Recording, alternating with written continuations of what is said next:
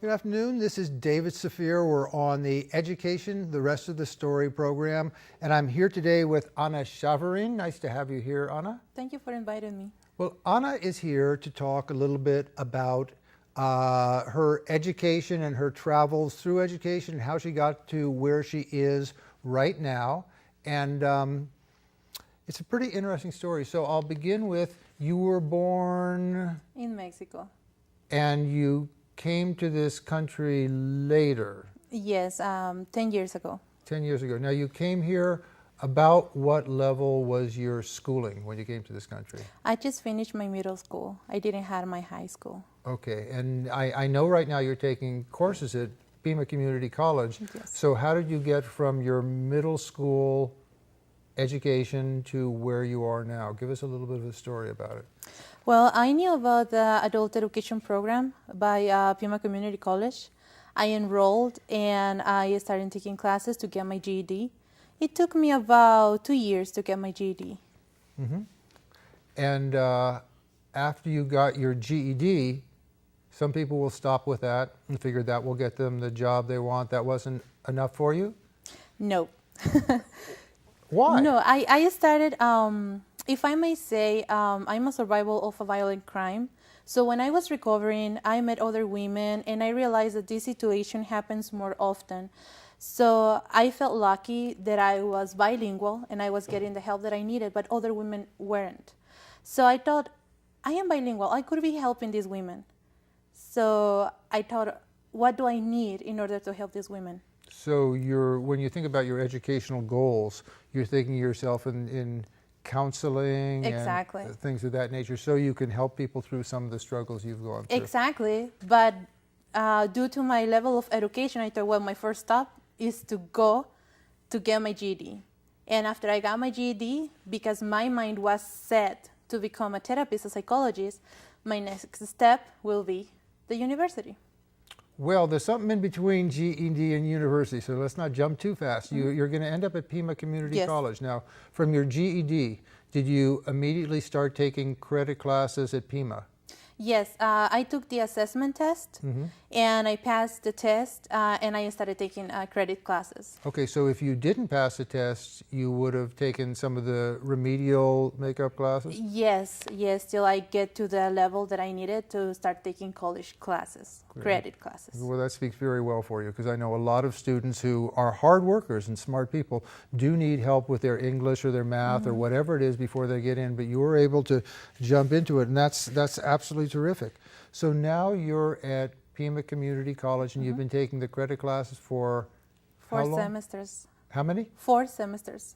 And how close are you to having your whatever degree? What degree are you heading towards? Associate so So far. how close are you to getting the associate? I'm halfway there. You're halfway there. Yay. Okay, so you're doing this, and that's not your whole life, though, is it? You got something else going on. Exactly. I have a part-time job.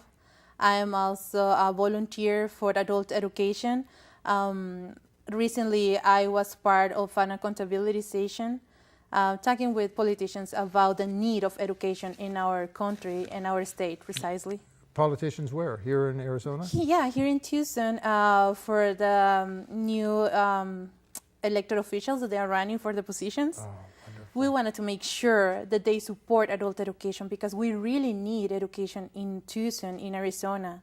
So we want to make sure that they are supporters and that we are going to receive the help that we need. And I know for a fact that the legislature has cut back on money for GEDs. Yes. And if they cut back far enough, you wouldn't be sitting here talking to me because you wouldn't have had the opportunity, which obviously you've taken great advantage of. Exactly. But if the opportunity isn't there, you can't do it. So for anybody out there, this is the kind of stuff we need for people who need that extra something that they didn't get when they were younger. Adult education is phenomenally important. I'm a retired teacher. I'm still learning. Education is part of a lifelong process for me. It should be for everyone, and it should also be for people who haven't earned all of their graduation degrees and requirements beforehand.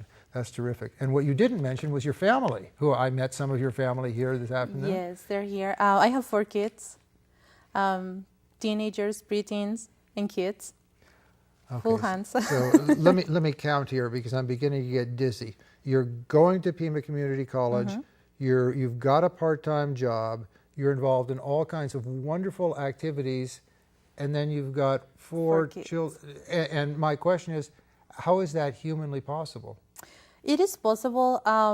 When I talk to my friends, I always said, I cannot give up any of the things that I do. I need my job to support my kids. I need my kids because they're my family. I need my education because it's what is going to help me to have a better future for my family. But I cannot let my community, they also need support, they also need help. They need a voice to represent them and to talk for them and to say, hey, this is what we need. And that is what I love to do the most, to help in my community, to bring awareness of adult education, of the need of education in our country, not just adult education by K to 12. And I truly believe that if we provide people with education, we can raise Arizona out of the poverty level. So that's why I'm so passionate about advocating for education. And you're also working with women who have certain issues that they have to work through as well, separate from the issue of education as well. So you've got your... Yes. Now, I found something online. I Googled your name and found that you went to speak in Washington, D.C. in 2013 at the Leadership Institute. Can you tell us more about that? Yes, I am a member of the Board of Value, which is a national organization of adult education. And what we do is that we go to the Capitol, we talk to the legislators, to the Congress, to the Senate about the need of education, about the funding, about the budget and all these issues. We talk to them face to face, and we bring students from our communities to represent the stories like I'm doing right now with you, telling you about my story. We do that. We believe that if they hear the stories and if they see it, they will be more compassionate to invest in education and to help. And that is part of what I do as an ambassador of education. Okay, so you do have that label, Adult Education Ambassador, and that's the kind of stuff you do. Now, what kind of a response do you get from the legislators who you talk to? Well, some of them have supported us.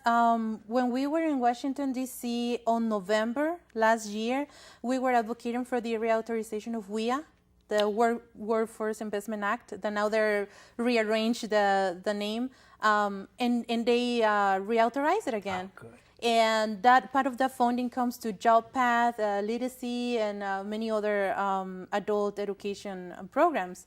So I can say that we succeeded. What did you personally get from going to Washington, D.C., which is one of the most exciting places I've been in the world? I know, I love it. I get the satisfaction to know that I am helping. I gain experience to talk in as a public speaker and trainer. Also, I have trained other students to speak in public. And just the benefit of doing it. Just one more question. Well, no, a couple more questions. But first of all, you're getting help with the tuition at Pima Community College? Yes, I have had some scholarships from the Pima Foundation, the Soroptimist Award, Women's Award, and Women's Literacy Network. They have been my greatest sponsors, and I've been this far thanks to the help that they have provided. And it sounds like you give back more than you get, and I think that's wonderful. Let's finish off. If you meet your goals, your educational goals, where are you going to end up? What kind of a degree? What's going to be your profession? It's a PhD in clinical psychology. And you will be doing what?